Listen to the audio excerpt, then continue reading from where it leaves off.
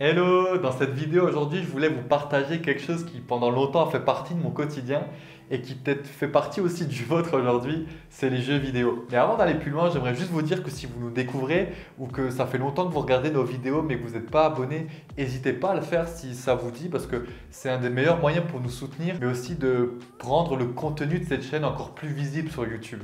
Mon histoire avec les jeux vidéo est très simple. J'ai 3 frères et une sœur et tous jouaient aux jeux vidéo. Vous comprenez donc que lorsque j'étais petit, j'ai grandi avec une manette ou une console dans les mains. Je me rappelle les 2 premières consoles qu'on avait, c'était la Game Gear sur laquelle je jouais à Power Rangers. J'aimais trop les Power Rangers.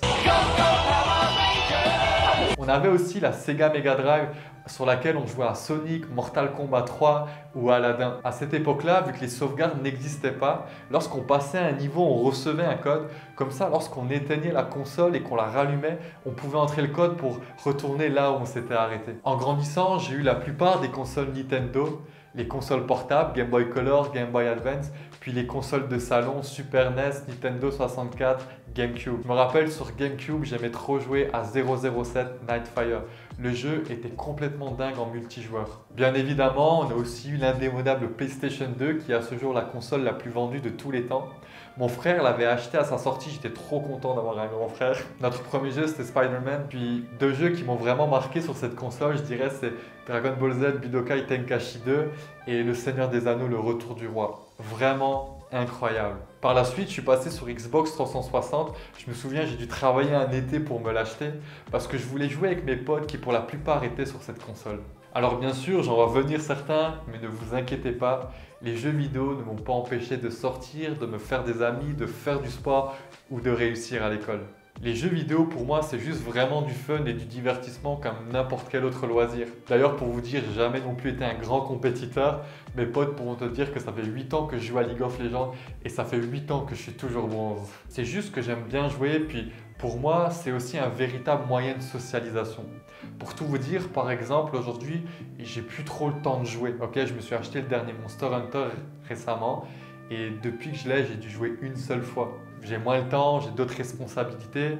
Il y a aussi un peu moins le goût de jouer parce qu'on s'intéresse aussi encore à plein d'autres choses en grandissant finalement. Mais plein de fois, je me dis, je vais aller me lancer une partie juste pour jouer en fait avec mes potes et pouvoir les retrouver.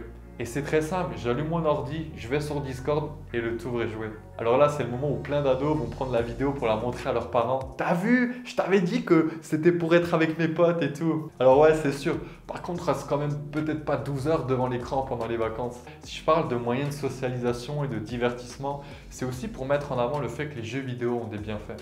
Je sais qu'il y a beaucoup de monde qui ont beaucoup d'avis négatifs sur ce sujet, qui ont beaucoup d'a priori. Ça fait plusieurs années que plein d'études sont faites. Et dans un article de jeuxvideo.com, il était relevé que l'Université de Genève a constaté que les jeux d'action boostent nos aptitudes cognitives, à commencer par notre attention. Plus récemment aussi, l'Université d'Oxford a estimé que le gaming est positif pour la santé mentale et le bien-être de ses utilisateurs.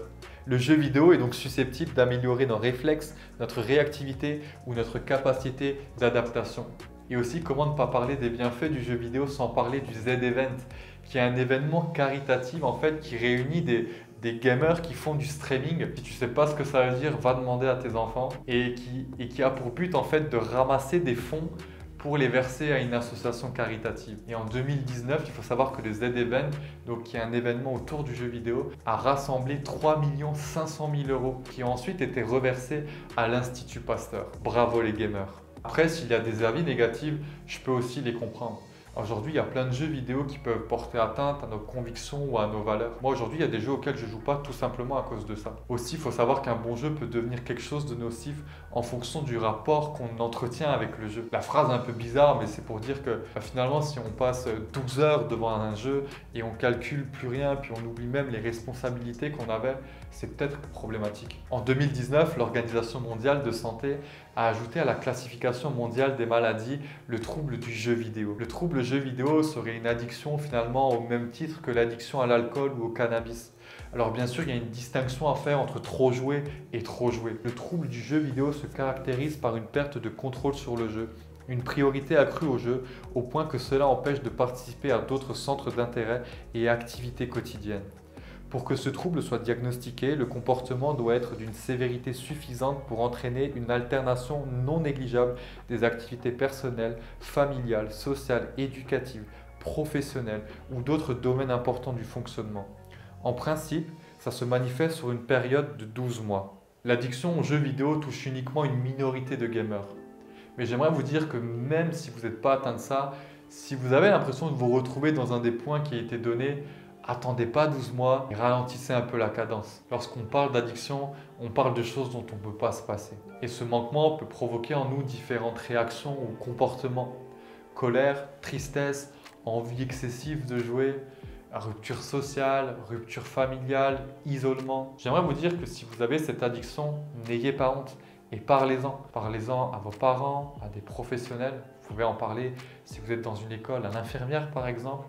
Vous pouvez aussi en parler à des amis afin d'être accompagné, de retrouver un équilibre de vie et des comportements sains. Et bien sûr, si vous ne savez pas à qui vous adresser, n'hésitez pas à nous écrire. Vous savez, on peut facilement juger les gens qui sont addicts aux jeux vidéo. On juge déjà ceux qui jouent trop parfois, mais je pense parfois il faut aussi se demander qu'est-ce qui cause l'excès de gaming. Une travailleuse sociale du Centre intégré de santé et de services sociaux du Québec a dit que le véritable problème, c'est pas le jeu vidéo, mais que finalement ce n'est qu'une conséquence d'un mal-être profond. Finalement, regarder uniquement l'addiction au jeu sans prendre en compte la source, c'est comme essayer de s'occuper de la partie visible de l'iceberg sans considérer ce qu'il y a sous la mer.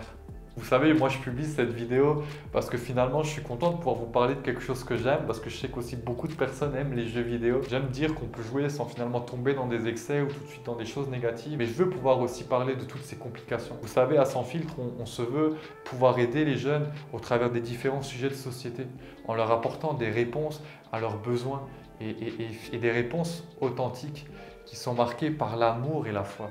Les personnes qui trouvent un refuge dans les jeux vidéo pourront souvent dire « j'aime être projeté dans un autre univers ». Surmonter des difficultés, réaliser des performances. Dans le jeu vidéo, c'est moi le héros, c'est moi qui gagne. Michael Stora, psychanalyste et psychologue, parle finalement d'avoir un espace pour gagner afin de contrebalancer avec la haine de l'échec. Comme beaucoup de divertissements, l'excès peut être un refuge qui sert de protection. Dans un reportage sur l'addiction aux jeux vidéo, un jeune qui luttait avec ça disait « la vie est un fardeau ».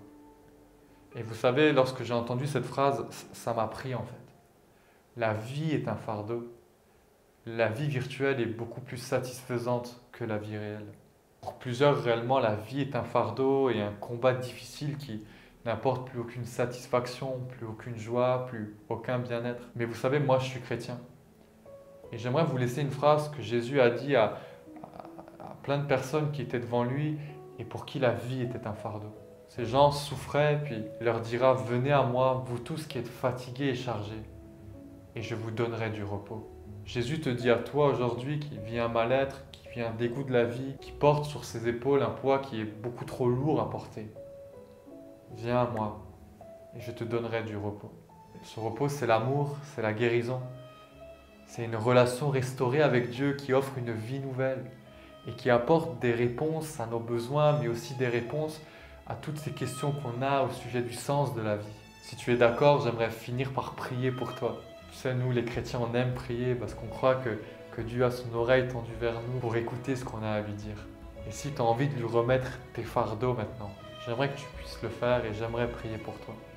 Alors si tu es d'accord, tout simplement, tu peux fermer les yeux, qu'importe où tu es, qu'importe dans quelle place, qu'importe le moment de la journée. J'aimerais juste prier pour toi pendant que tu regardes cette vidéo. Seigneur mon Dieu, je te remets cette personne qui est en train de regarder cette vidéo. Je ne sais pas où elle est, je ne sais pas quand elle la regarde, je ne sais pas dans quelles circonstances elle la regarde. Et ce que j'aimerais te demander, Seigneur, c'est alors qu'elle décide de déposer ses fardeaux à toi, je te prie vraiment que tu viennes, Seigneur, prendre cela et la visiter. Lui donner ta paix, lui donner ton amour, lui montrer que tu es celui qui peut combler tous ces vides et qui peut guérir ce mal-être. Seigneur, je te remets chaque cœur qui est en train de fermer les yeux pendant cette prière. Si tu connais rien à Dieu ou à la Bible et que tu veux en savoir plus sur Jésus et la foi chrétienne, alors tu peux nous écrire sur nos réseaux pour qu'on puisse te répondre, ou tu peux aussi compléter le formulaire qui est dans le descriptif de cette vidéo pour qu'on puisse nous-mêmes t'écrire. Abaye.